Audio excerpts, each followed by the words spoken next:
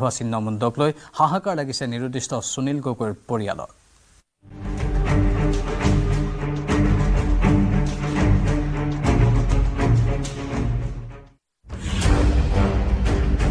সুনীল গগৈ কাণ্ডৰ নতুন পাক, ঘৰৰ কাষতে ছিন্নমুণ্ড উদ্ধাৰ। কাৰ এই ছিন্নমুণ্ড? জাহাংগীৰ হুছেইনৰ নে সুনীল গগৈ?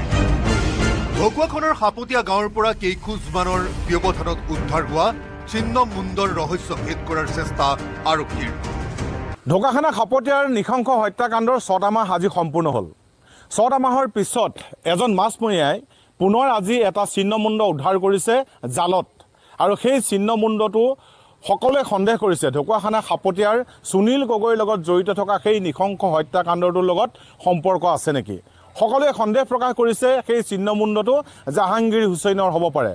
তাৎপৰ্যপূৰ্ণ কথাটো এইটোৱেই যে যোৱা 6টা মাহে আৰক্ষী আৰু CIDয়ে তদন্তৰ নামত সুনীল গগৈ পৰিয়ালক উপৰ্যুপৰি জেৰা কৰিলে, তদন্ত চলালে, পুখুৰী সিঁচিলে, কিন্তু আৰক্ষীয়ে অনুসন্ধানত সেই ছিন্নমুণ্ডটো উদ্ধাৰ হোৱা নাই। আজি এজন মাছমৰীয়াৰ জালত উদ্ধাৰ হৈছে। আচলতে আৰক্ষীয়ে ইমান দিনে কি কৰি আছিল? কেতিয়াকৈ উৰ পৰিব সুনীল গগৈ কাণ্ডৰ? ছিন্নমুণ্ডৰ লগতে বস্তাৰ ভিতৰত ওলাল এটা তাবিজ, তেলৰ বটল, ব্ৰাছ আৰু হেয়াৰ ড্ৰায়াৰ। আৰু এপদো সামগ্ৰী সুনীল গগৈৰ পৰিয়ালৰ নহয় বুলি স্পষ্ট কৰি দিলে দুৰ্ভগীয়া পত্নীয়ে। যিকেইটা বস্তু দেখিছোঁ সেইকেইটা আমাৰ নহয়। ঘৰৰ পৰা কেইখোজমানৰ দূৰত্বত উদ্ধাৰ হোৱা ছিন্নমুণ্ড দেখি উগুল থুগুল হ'ল পত্নীৰ মন। ছিন্নমুণ্ডৰ সৈতে উদ্ধাৰ হোৱা সামগ্ৰীৰ বৰ্ণনা দিওঁতে থোকাথুকি হ'ল পত্নীৰ মাত। তাবিজ নিপিন্ধে তেওঁ, তাবিজ এটা আছে, আৰু তেলৰ বটলটোও নহয়, আৰু ব্ৰাছডাল আছে, ব্ৰাছডালো নহয়। লগত থকা বস্তুখিনি তাৰমানে আমাৰ নহয়। সুনীল গগৈ কাণ্ডৰ ঠিক 6 মাহৰ দিনা সাপতীয়া গাঁৱৰ গাতে লাগি থকা শিঙিয়াৰ এই ডুবিটো একাংশ লোকে জাল বাওঁতে উদ্ধাৰ হ'ল এটা বস্তা। প্ৰকাণ্ড শিল এটাৰ সৈতে বস্তাত ভৰাই থোৱা আছিল এলুমিনিয়ামৰ তাৰেৰে পকাই থোৱা এটা পলিথিনৰ বেগ। গাঁঠি খুলি দিওঁতেই পলিথিনৰ বেগত ওলাল ছিন্নমুণ্ড। আমি মাছ মাৰি আছিলোঁ, মাছ মাৰি থাকোঁতে খেলিখন খেলি মাৰি দিছিলোঁ, শিলগুটিত লাগি ধৰিলে। শিলগুটিত পৰা জালখন এৰুৱাব যাওঁতে কি বস্তু বুলি বস্তাটো পালোঁ না ভৰিতে, উঠাই আনিলোঁ, খুলি চালোঁ। আমি 6জনমান আছিলোঁ। বস্তাত বান্ধি থোৱা আছিলে, তাঁৰ এডালে বান্ধি থোৱা আছিলে, এলুমিনিয়াম তাঁৰ এডালে, লগত এটা পাথৰ আছিলে, শিলগুটিটা সোমাই শিলগুটিটা ভৰাই থোৱা আছিলে। 1 জুনৰ শেষ নিশা ছিন্নমুণ্ড উদ্ধাৰ হোৱা এই ডুবিৰ পৰা সামান্য আঁতৰত একুৰা জুইৰ মাজত উদ্ধাৰ হৈছিল এটা মুণ্ডহীন মৃতদেহ। ঘটনাস্থলীত পৰি আছিল জ্বলি থকা এটা টৰ্চ, এখন দা, সুনীল গগৈৰ স্পৰ্টিং, এডাল লাঠি আৰু বেল্ট। মুণ্ডহীন মৃতদেহটো প্ৰথমে সুনীল গগৈৰ বুলি সন্দেহ কৰিছিল সকলোৱে, কিন্তু DNA পৰীক্ষাত সেইটো ৰাজমিস্ত্ৰী জাহাংগীৰ হুছেইনৰ মৃতদেহ বুলি নিশ্চিত হোৱাৰ পাছতে পাক সলাইছিল ঘটনাই। জাহাংগীৰ হুছেইনৰ মুণ্ডহীন মৃতদেহ উদ্ধাৰ হলেও কিন্তু এই পৰ্যন্ত সন্ধান ওলোৱা নাই সুনীল গগৈৰ। কিন্তু সুনীল গগৈ জীয়াই আছে বুলি নিশ্চিত হৈ পত্নীক শিৰত সিন্দুৰ লোৱাৰো পৰামৰ্শ দিছিল CIDৰ IGP সংযুক্তা পৰাশৰে। সুনীল গগৈ জীয়াই আছে বুলি আৰক্ষীয়ে দাবী কৰি থকাৰ মাজতে শিঙিয়া গাঁৱৰ ডুবিত ছিন্নমুণ্ড উদ্ধাৰ হোৱাৰ পাছতে নতুন পাক ললে সুনীল গগৈ কাণ্ডই। DNA পৰীক্ষাৰ ফলাফল অহাৰ পাছত ভেদ হ'ব ছিন্নমুণ্ডৰ ৰহস্য। অৱশেষত আৰক্ষী আৰু CIDৰ শেষ ভৰসা DNA পৰীক্ষাৰ ওপৰত। আজি উদ্ধাৰ হোৱা সেই লাওখোলাটো যেতিয়া DNA পৰীক্ষা কৰা হ'ব তেতিয়া নিশ্চিত হ'ব আৰক্ষী আচলতে সেই লাওখোলাটো কাৰ, জাহাংগীৰৰ হয় নে নহয়। সকলোৱে সন্দেহ কৰিছে লাওখোলাটো হয়তো জাহাংগীৰ হুছেইনৰ হ'ব পাৰে, কিন্তু প্ৰকৃততে সেই লাওখোলাটো জাহাংগীৰৰ হয় নে নহয় সেয়া নিশ্চিত হ'ব DNA পৰীক্ষাৰ ওপৰত। লখিমপুৰৰ পৰা সঞ্জীৱ লাহনৰ সৈতে দীপাংকৰ দাসৰ report, News 18 Assam North East. ঢকুৱাখনৰ সুনীল গগৈ কাণ্ডই উদঙাই দিলে আৰক্ষীৰ ভেকু ভাওনা। 1 জুনৰ শেষ নিশা জ্বলা জুইৰ মাজত উদ্ধাৰ হোৱা মৃতদেহক লৈ 6 মাহে চলিল তদন্ত।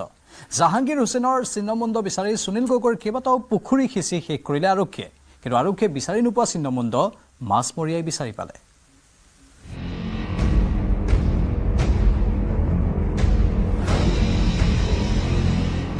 অতিকৈ চাঞ্চল্যৰ সৃষ্টি কৰা এটা খবৰ, আৰু সেয়া হৈছে ঢকুৱাখনাত এটা ছিন্নমুণ্ড উদ্ধাৰ হৈছে। চাঞ্চল্য এইভাবে সৃষ্টি কৰিছে কাৰণ সকলোৰে নিশ্চয় মনত আছে যে সুনীল গগৈ হত্যাকাণ্ড কিন্তু পাছত জানিব পৰা গ'ল যে সেয়া সুনীল গগৈ হত্যাকাণ্ড নাছিল সেয়া জাহাংগীৰকহে হত্যা কৰা হৈছিল অৰ্থাৎ সুনীল গগৈৰ সৈতে কাম কৰা জাহাংগীৰক হত্যা কৰা হৈছিল আৰু এটা মুণ্ডহীন মৃতদেহ উদ্ধাৰ হৈছিল সেই মুণ্ডহীন মৃতদেহটোক কেমিকেলেৰে জ্বলাই দিবলৈও চেষ্টা কৰা হৈছিল কিন্তু গোটেই কথাখিনি পাছত পোহৰলৈ আহিছিল আৰু তাৰ পাছৰ পৰ্যায়টো নিশ্চয় সকলোৰে এতিয়াও মনত আছে সুনীল গগৈৰ ঘৰৰে দুটাকৈ পুখুৰীত সিঁচাৰ পিছতো একোৱে ওলোৱা নাছিল আৰক্ষীয়ে সিঁচিছিল পুখুৰী দুটা তাত একো নোলাল কিন্তু আচৰিত কথাটো হৈছে আজি 6 মাহৰ পিছত এজন লোকৰ জালত উদ্ধাৰ হৈছে এটা ছিন্ন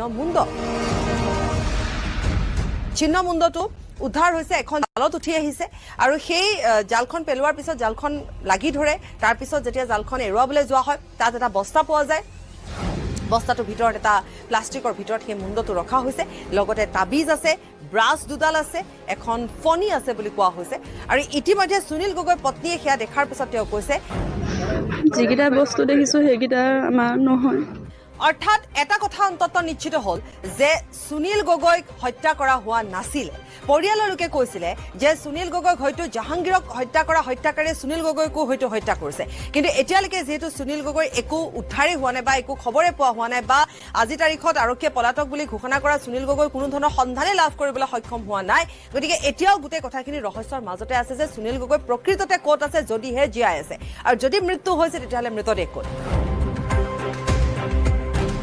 এতিয়া যেহেতু ডিএনএৰ বাবে পঠাই দিয়া হ'ব মুণ্ডটো হয়তো খুব কম সময়ৰ ভিতৰত জানিব পৰা যাব যে সেই মুণ্ডটো প্ৰকৃততে কাৰ কিন্তু যিমানখিনি অনুমান কৰা হৈছে হয়তো সেইটো জাহাংগীৰৰে ছিন্ন মুণ্ড হ'ব পাৰে এটা আহিলো আৰক্ষীৰ প্ৰসংগলৈ দুটাকৈ ঘৰৰ কাষতে থকা পুখুৰী সিঁচা হ'ল কিন্তু নাতি দূৰত থকা বা সেই এৰাসুতিয়ে হওক বা কাৰোবাৰ পুখুৰীয়ে হওক কাৰো কিন্তু একো কৰা নহ'ল কিয় কৰা নহ'ল যে এই ছিন্ন মুণ্ডটোৱে কিন্তু সমগ্ৰ ঘটনাটো সুনীল গগৈ যি হত্যাকাণ্ডৰ ঘটনা সেই ঘটনাটো সম্পূৰ্ণৰূপে আকৌ এবাৰ ৰহস্যৰ মাজত ঠেলি দিছে এতিয়া কথা হৈছে এই মুণ্ডটো কাৰ আকৌ এবাৰ প্ৰশ্ন উত্থাপন হৈছে সুনীল গগৈ কলৈ গ'ল যদি জীয়াই আছে সুনীল গগৈ ক'ত আছে আৰক্ষীয়ে এতিয়ালৈকে অনুসন্ধান উলিয়াবলৈ সক্ষম কিয় হোৱা নাই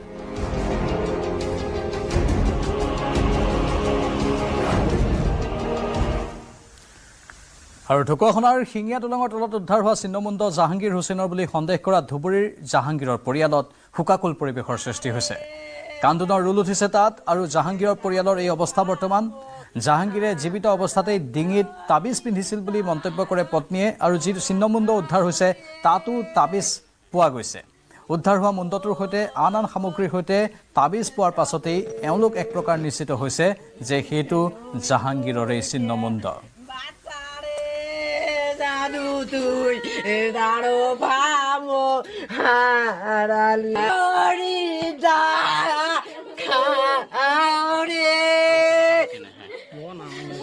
ও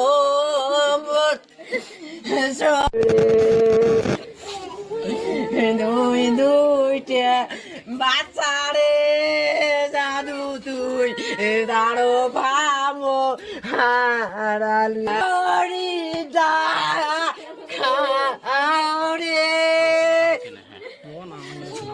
তাবিজটা আছিল চারগানি আছিল তাবিজ আছিল তার কি লেহে আছে নাই ওটা তো আমি নাজানো তাবিজ খেলাতে চারগানি আছিল নহ'ল আজি মাছমৰীয়াই ওলাই দিলে এইটো বৰ নীলজনক ঘটনা CID 100% ব্যৰ্থ হৈছে বুলি কোৱাম বুলি বহুতবাৰ ফোন কৰিছোঁ মই CIDকো কৈছোঁ আগতে যেতিয়া মই থানাত আছিলোঁ তেতিয়াও কৈছোঁ Multiple products for acne and acne marks?